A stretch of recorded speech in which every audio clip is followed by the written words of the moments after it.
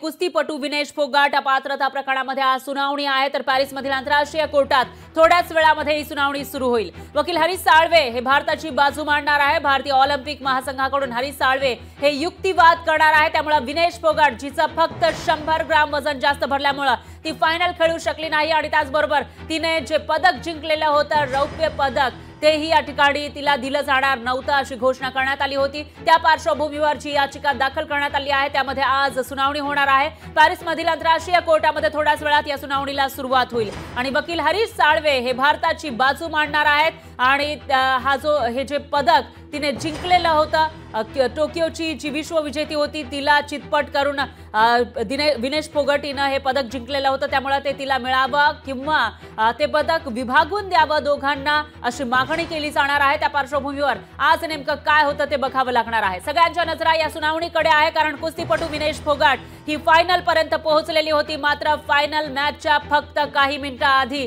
निर्णय आलेला होता आणि विनेश फोगाटला अपात्र घोषित करण्यात आलं होतं। फक्त 100 किलो वजन जास्त भरल्यामुळे तिला अपात्र घोषित करण्यात आलं। ती फायनल खेळू शकली नाही, गोल्ड मेडल हुकलं, पण रौप्य पदक जे तिने जिंकलेलं होतं तेही तिच्याकडून हिसकावून घेण्यात आलं होतं आणि याच प्रकरणामध्ये सुनावणी आज आहे। पॅरिसमधील आंतरराष्ट्रीय कोर्टामध्ये थोड्याच वेळात या सुनावणीला सुरुवात होईल आणि ज्येष्ठ वकील हरीश साळवे हे भारताची बाजू यावेळी मांडणार आहे। त्यामुळे आजच्या सुनावणीमध्ये नेमकं काय होतं आणि जे रौप्य पदक जे विनेश फोगाटनं जिंकून आणलेलं होतं, क्युबा गर्ल जी मागच्या टोकियो ऑलिम्पिकमध्ये विजेती राहिलेली होती तिला हरवून तिला चितपट करून ते आता विनेश फोगाटला ते मिळणार का ते बघावं लागेल।